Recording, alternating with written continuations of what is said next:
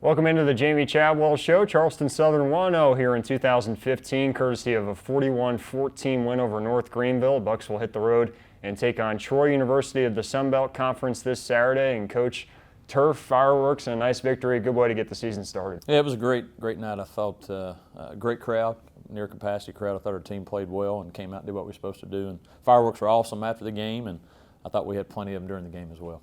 A lot of work went into getting the lights, getting the field. Emotional at all for you? Having been a part of growing this program a little bit? Not really. I mean, I think you look at it as just the next step that you want to take. You know, you have a plan and let's work on it. And it was good to see it down, maybe more so when they were putting it down than when you're on it, because when you're on it, it really doesn't matter at that point because you're playing a game. So, but it was a great surface, and I think it really helped showcase what we're doing, and the entrance was really nice.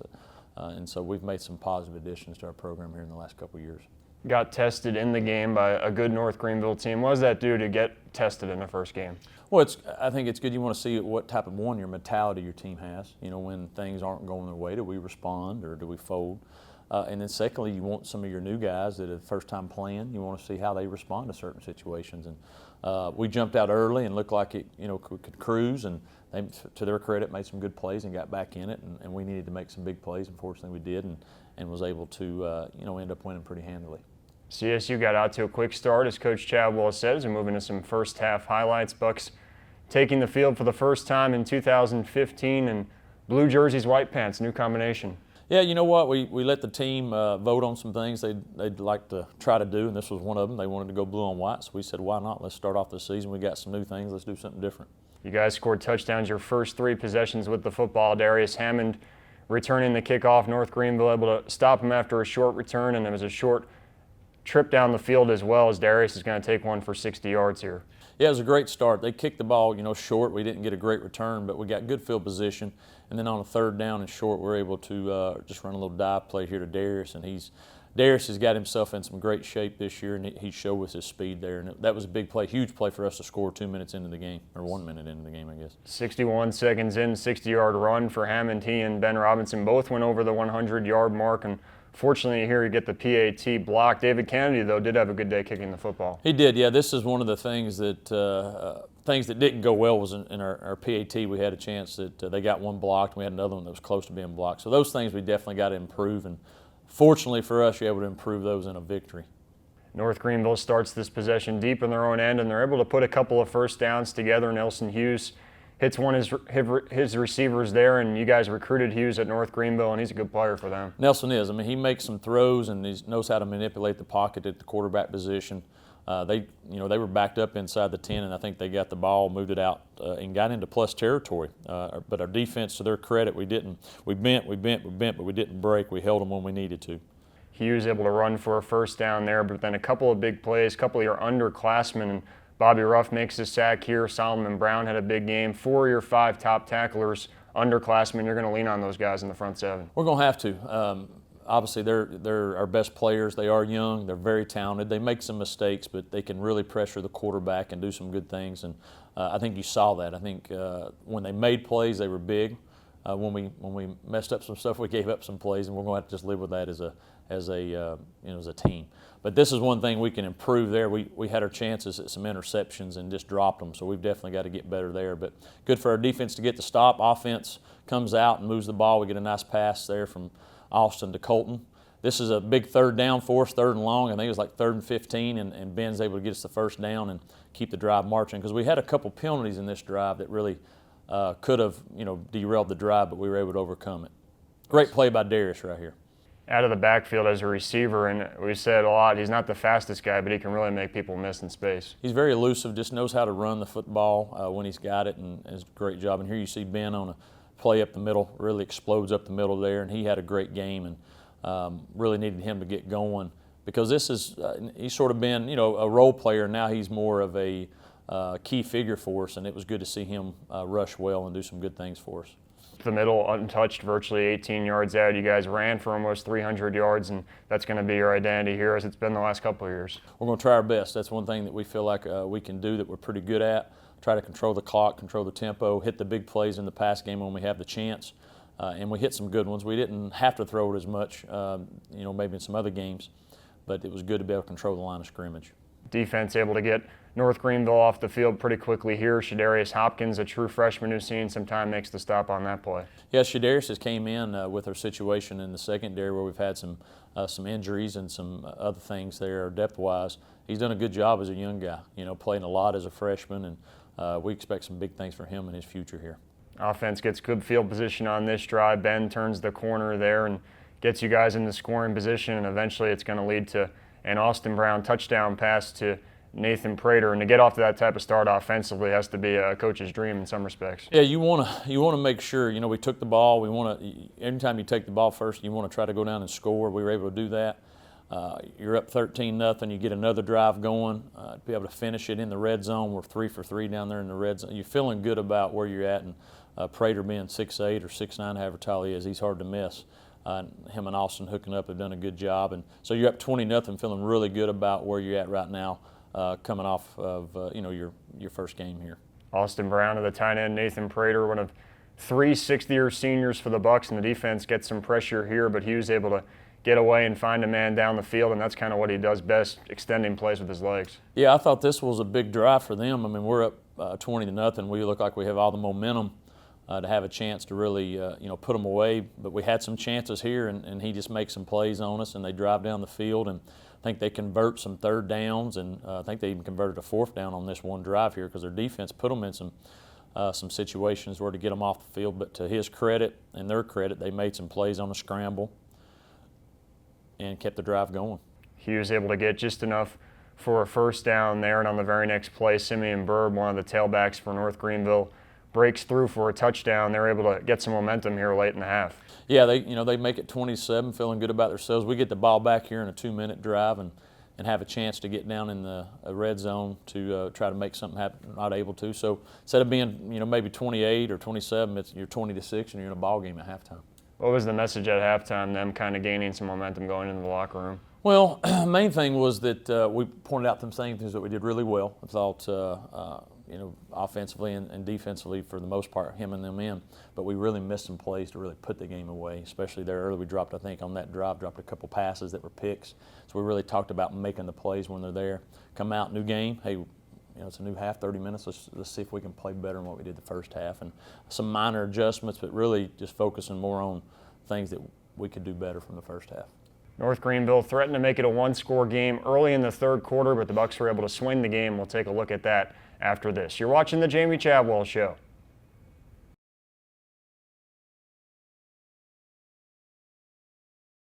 It's our annual ceremony where we literally come and strike the stone.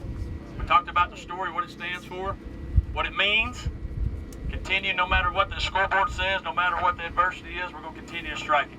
Whether we're up, whether we're down, whether it's raining, whether it's sunny, we're going to keep striking that stone. In life, and on that field. The honor this year goes to Kevin Glears. Strike that stone. Strike that stone. Strike that stone. Strike that stone. Strike that stone. Strike that stone. Yes, yes, yes, yes, yes. It's a bus time for you. Kevin Glears selected to strike the stone here in 2015 before the Bucks got the season started last Thursday night. And Jamey, kind of talk about how you select who gets that privilege and just kind of the story behind that.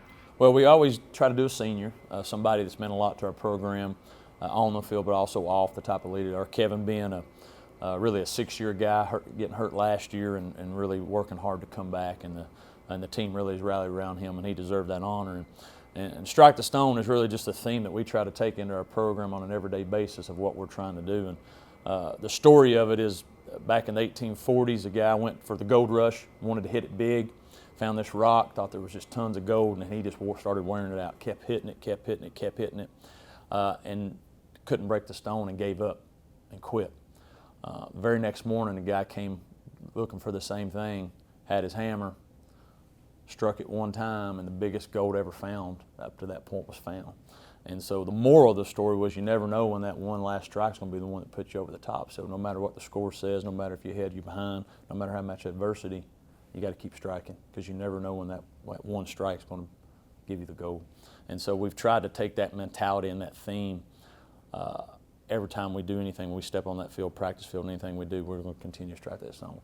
We're ranked 10-3, or we're 3-game losing streak, as we were last year. We're going to keep striking that stone. And so that's what STS means, and our guys rally around that. We do a ceremony for it, and Kevin was selected that for what he means, and he really lives out the strike the stone mantra. Do we know if that's 100% historically accurate? We maybe do, we maybe don't, but that's not our stuff to worry about. So our stuff is what our team believes and what we do. That's how we handle it. So that's something you've done going back to North Greenville, right? Yeah, we started. My brother actually, my brother coached with me at North Greenville, and when we got there, we were like, hey, let's do something that's unique. You know, you see people carrying the lunch boxes or the hard hats, and it's similar, but we want to do something that was unique to us, and came up with that and started researching different things and thought, hey, well, we think about this, and went with it, and we've carried that with us wherever we went, and that's just been our mentality. And the stone's gotten bigger and a little bit more elaborate in some of the things we do. We never had a ceremony till we came here. You know, you try to make it where the kids rally around it, enjoy it, and we do a big thing about it. And so it's we feel like it helps us focus on the things that are important and not worry about the scoreboard or what we can't control, referee's call or bad call by coach. You know, just focus on what we can control and keep striking as hard as you can. A unique play was able to open up the game against North Greenville last Thursday as we take a look at the second half highlights. 20-7, Charleston Southern had the lead at halftime, and North Greenville gets the ball at halftime, and they're able to put a drive together to open the half up. Yeah, we get a great kick. You mentioned David Kennedy earlier. I thought he did a great job kicking for us, and so we get them, you know, in a knee situation. So we put our defense out there coming at halftime. We feel like we've made some good adjustments and ready to make some plays against them. Get them in some second and long situation, but their quarterback's able to make a nice play for us and get them a big play. Hughes finds Robbie Brown, a guy who was a freshman All-American at the D2 level last year, moves it into CSU territory, and Hughes that time slides down underneath Zane Cruz. He had 7 tackles, and again, a lot of young guys were around the football a lot. Yeah, we've got a lot of young ones in a lot of our key spots, and they're going to have to make plays for us, but it was good to see them do that. We get a great turnover here. Defense does a great job on a sack, get a fumble recovery, and so we're in great field position here. We're at the, I think the 50-yard line. We got a chance offensively to come out and do some good things, and this is one of the areas that you're disappointed in because we didn't take advantage of it. That was Anthony Ellis there with the sack. He's a guy who's got some power, and you saw that in that play. It was, yeah. Anthony had a nice game. He's very explosive. When he continues to learn how to play full throttle all the time, he's going to be a great threat for us at this level. We don't get a great start. We have a penalty. We're 1st and 15. Then we get 2nd down. We miss a guy in the flats. Then Austin scrambles and takes a good shot there. And we got a chance to recover the football, but miss it. To their credit, they cause a turnover. And our defense gets great momentum for us, and we come out and turn it over. That's not something you want to do. You never want to put yourself in that situation, and it gives North Greenville more life. Fumbles traded there in the first couple of minutes of the third quarter. Davion Anderson almost with a pick there, and you guys had 3 or 4 near interceptions in the game. We had 4 that we counted that we could have legitimately had the ball picked on and had interceptions. And when you don't make those plays, you give the other team another chance to keep going. And they're down here inside the 12 or 13-yard line for first down or second down, and then they make a mistake. And Solomon Brown with great hustle. Then Aaron Brown picks it up, great scoop. And then Davion Anderson really hustles and blocks 2 guys that allows him to score. So it looks like they're 20-10 or 20-14, and then we turn it around and we're up 20 points again, and I think sort of took their wheel. Aaron Brown gets the touchdown, but you mentioned Solomon Brown, Big South Freshman of the Week, Davion Anderson, they helped make that play as well, and probably one of the more wacky touchdowns you'll see. Yeah, it was. I'm sure Aaron never thought he'd score like that, but that was a great job on our defense. To North Greenville's credit here, they come back out and don't let it phase them and drive right back down. I think our defense was a little gassed because they was out there quite a bit on those drives there, and they're able to move it. And I think on this drive we had another chance at a pick to get them off the field, and I think they converted a 4th down as well to make some plays. There's right there had a chance, and they're able to catch it, had a chance at a pick. So we've had a couple of chances to really get them off the field, but what that allows you to do, it allows you to work on some things you got to get better at, and our defense knows that they can play better in certain things, and they've been working hard for that.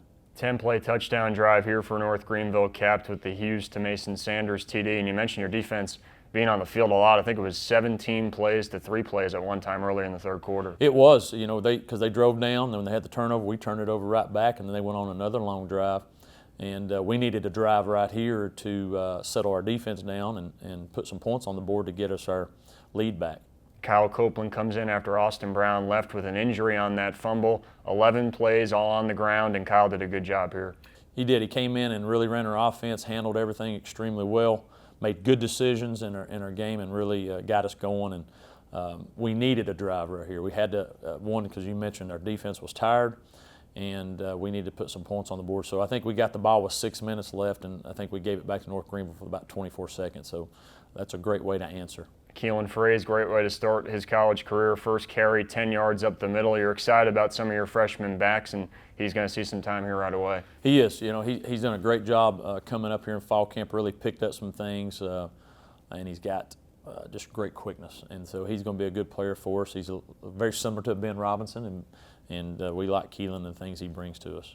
10-yard TD. Bucks go back to work here. Darius Hammond runs over a man, gets about 10 more yards, and he's got to be excited to play a big role on the offense after mostly being special teams these last 2 years. He is, and he's really, I think, showcased the type of ability he has. We've mentioned how good of a football player he is, and I think people got to see that for the first time extended, seeing him with the ball in his hands quite a bit and how good he can be. One of the big plays of that drive, 35-yard pass to the sixth-year senior Nathan Perera. Kyle Copeland gets his way inside the 5 there, and your guys are able to finish off a touchdown drive as Ben Robinson gets into the end zone for a second time and really responded after North Greenville made a game early in that third quarter. It was important because they came out and we gave them momentum. They're in the game. They make a mistake, but they got right back in it. We needed to take their will, and I felt like offense came out, took the drive, allowed our defense to rest. Our defense came and shut them out the rest of the way, and to be able to finish it with a touchdown. And it was good to see us. Tight game. How do we respond? I felt we responded really well. We've got to play obviously a lot better as we go forward, but there are a lot of good things to build on. And the main thing is we got a lot of guys that got to play, got to see what college action's like. It's different in practice, obviously, but it was good to see them perform. You mentioned Solomon being the freshman of the week, did a great job. We had a lot of young other redshirt freshmen D linemen that played that don't get a lot of credit, but did a good job as well. So good to build on a win. Now our guys know things we have to do to get better. A lot of young guys, as Coach said, played a big role in the win over North Greenville. Some important older guys on this roster as well. Nathan Perera, a big catch on that drive, and we get you a chance to let you get to know him more here on the Jamey Chadwell Show. Summer 2013. Nathan Perera poised to return to his All-Big South Conference form of 2011. After missing almost all of 2012 with a torn labrum, the 6'3" wideout, ready to be a difference maker for first-year head coach Jamey Chadwell's Bucks. A summer 7-on-7 drill, though, altered those plans. We caught a slant right over here around probably the 40-yard line right there, and just came in, caught the slant, went to make a move on the safety, and he blew out. I knew. I dropped, and it hit me right away that I was done again. Torn ACL, yes. Done, no. After watching from the sideline during CSU's record-breaking 2013 season, everyone watched as Pereira reemerged as a go-to target in 2014. 28 catches, 398 yards, both team highs. Perhaps no one happier for Pereira than wide receivers coach Willie Korn. I drove him back to his apartment that day when it happened, that was kind of, it was a really tough day to see him go through that. And I just related to that because I remember the first game that really I got an opportunity to play after having so many injuries. It's at that point when you've been at the lowest of the lows, it's not about your personal stats or how many balls you catch or how many touchdowns you catch. It's just for the love and the excitement of going out and competing with your brothers. Competing with confidence, Pereira eased his way back into the lineup before helping CSU seal a second straight perfect September. I think Charlotte was my best game. I had a third down fade that I caught and went up for it, came down and got it, and then I got lit up on a post over the middle, but I came down with it, so I was thrilled and everything. And then I also had a touchdown that game, so I think that was one of my turning points. Before the turning point, 6 to 8 months of rehab and, admittedly, some feelings of doubt. Pereira charted plays from the press box as the Bucks surged to a school record 10 wins. a coaching perspective gained, and a deeper relationship with his coaches formed. The new coaching staff, I think they helped a ton because we know how to be serious when we need to be, but they know how to kid around with us too. And I think them being able to kid around with me and just make me laugh more and just being there for me and just things like that is, I think, what helped me through it. Help is what Pereira and fellow sixth-year wideout Kevin Gleers provide to Corn in the wide receivers room. The combination of knowledge and talent make Pereira one reason CSU expects to compete for a championship in 2015. When he's cutting loose and playing and not thinking, he's as good as anybody in this league. I'm really fortunate to have a guy like him in my room because he's made me a better coach because he sees things that sometimes I don't see, and he's been a great leader for us. Just ask freshman wideout Sire Davis. Each freshman on the Bucs roster is assigned an older brother, and Davis is eager to learn from the 23-year-old above him on the depth chart. I honestly want to thank God for putting him in my life because he's actually like a brother that I never had. I've always wanted a big brother, and he kind of stepped in. Ever since I got here from day one, he has been riding me on everything, like every small detail, because it would be like in the middle of the night, and I'll text him and ask him about a play, and he'll tell me or he'll remind me about something, and it's just like all the time I need help with something on the football field, I always go to him first because I know he's someone that knows it. 6 years at CSU will leave Pereira with a master's degree in criminal justice come December. A Big South title and FCS playoff berth, that'd be nice too. Those old guys, Pereira and Gleers, I mean, we've all been through a lot. We would love to go out last year here with a nice, pretty ring to put on the finger, and I mean, not even just a ring. We want to make it to the playoffs, make it deep, and see how far it goes. I mean, we're gonna give it all we got. There's no laying off the gas pedal this year. It's full steam ahead.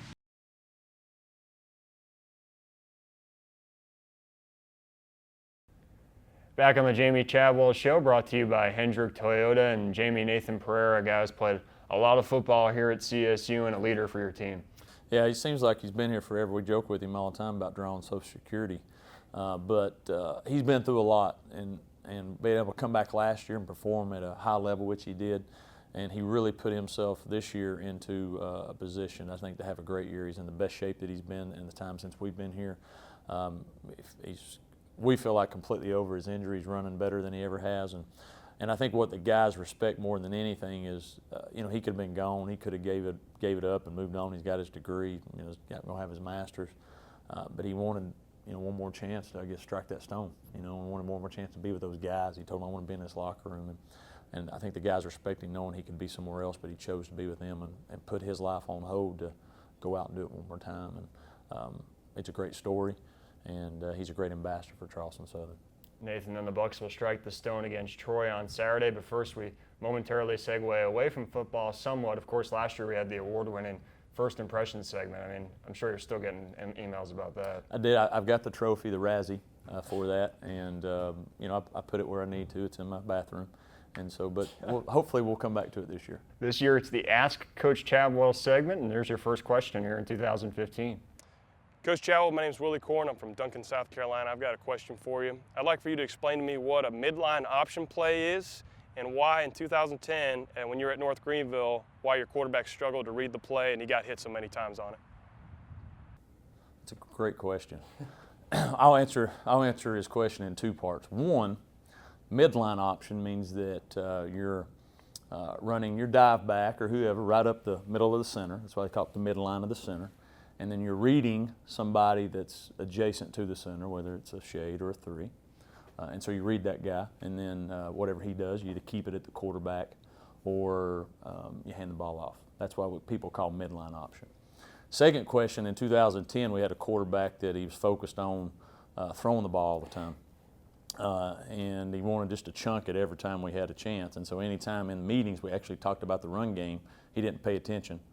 And so he didn't do a good job of taking what he learned from the classroom out into the field because he was so worried about checking and building up his stats. But, we had to move on from him, and now we've got somebody that understands the midline, so it's a good So in so many words, you're saying he's a prima donna, pretty much?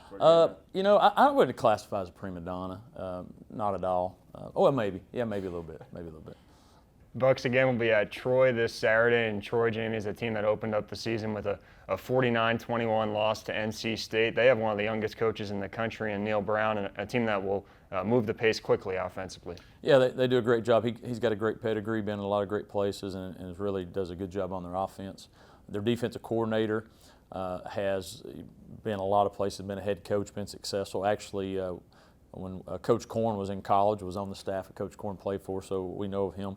They've got some good players. They've got a lot of junior college transfers and some guys that really have a lot of ability. So I think our challenge will be, can we hang in? Can we take advantage of the things they give us to be in it in the fourth quarter? Obviously, anytime you play up a level, you have your scholarship difference, but typically it's a depth difference. And so can we hold up long enough to not let that depth wear us out? That's going to be the challenge for us. And we feel good that we'll have a great plan going in there, and we'll go in there expecting to win, and we'll play expecting to win. Whether we can do that or not, we'll see. But our going down there, our confidence in the way we play the football game, we feel good about that.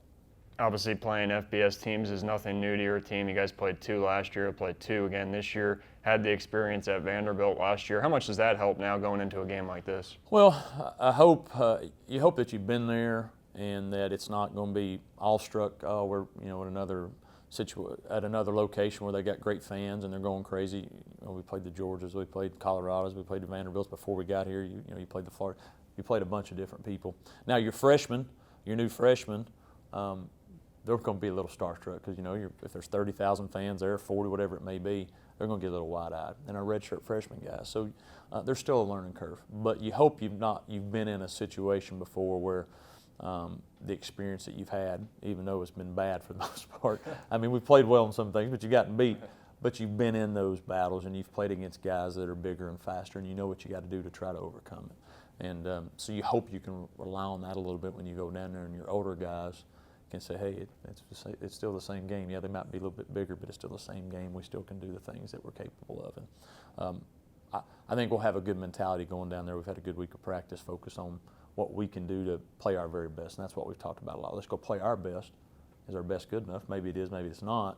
But if we play our best, we like our chances.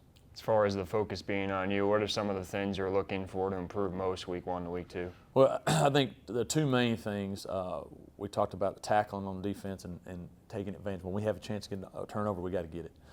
If we get our ball on the hands, we got to get it. We can't give the ball back to them because they're good on offense. They're going to score some points. On offense, we had some situations in the first game where we had some chances maybe to put that game away, miss some third downs, third shorts that we've got to be able to convert. And if we have any type of chance, we've got to be more efficient in controlling the football and taking advantage of the field position that we got. And if we'll do that, if we improve in those areas, I feel good the direction we're heading. 7 o'clock kickoff Saturday at Troy. It's a game you can watch on ESPN3. For Jamey Chadwell, my name is Kevin O'Rourke. Thanks for watching the Jamey Chadwell Show, brought to you by Hendrick Toyota.